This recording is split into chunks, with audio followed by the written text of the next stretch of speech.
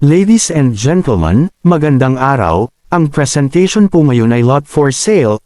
Good news sa mga buyers ng fish pond, land investors, real estate brokers at agents. Ang property na ito ay for sale.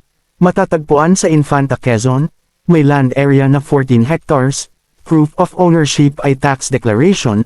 Ito ay operational. Tubig dagat ang water supply sa fish pond. Bago po banggitin ang lahat na detalye, kayo ay malugod na inaanyayahan na mag-subscribe, mag-like, e-share ang video sa kakilala, kaibigan at kamag-anak na may balak bumili ng lupa.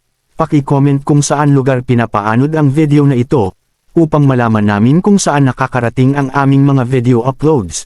Ang aming slogan ay, hindi bale ng walang benta, huwag lang maibenta, ang lupa na may problema, mga landmarks at ang distansya, more or less 3 kilometers sa public hospital, cemented road ang dadaanan hanggang sa loob ng fish pond.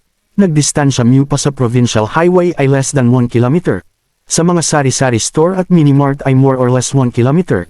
Ang property ay katabi mismo ng residential community, na dito ay may electricity line na sarili ang property, may water supply, may internet at mayroon malakas na cellphone signal. More or less 3 hours drive from Pasig City, via Marilake Provincial Highway, na ang mga distansya sa mga sumusunod ay more or less 6.5 kilometers, Infanta Municipal Hall, Town Proper, Public Market, Jollibee, Bank, Gasoline Stations, National Irrigation Administration, Absan COVID Facilities, Military Camp at sa Infanta Fish Fort. Ang lugar na ito ay tahimik ang peace in order. Aming ipinapalam sa lahat na gusto bumili ng lupa na kami ay maraming property for sale upload sa aming YouTube channel, Golden Real Estate Channel, ang aming mga property for sale dito sa mga lugar na binabanggit, Bicol, Quezon, Batangas, Laguna, Cavite, at sa bansang norte ng Pilipinas, Bulacan, Pampangan, Tarlac, Bataan, Nueva Ecija, Pangasinan, Zambales at La Union. Sa buong Metro Manila ay mayroon ng kahit ano na real estate property for sale. Aming ipinapayo sa lahat na buyers ng lupa na huwag magmamadali sa pagbabayad. Unahin ang masusing pag-due diligence. Kung hindi alam ang tamang proseso, aming ipinapayo na kumuha ng license na abogado na gagawa ng verification, dahil ang aming patakaran, verification first before payment, at ang aming slogan, hindi baling walang benta, huwag lang maibenta, ang lupa na may problema.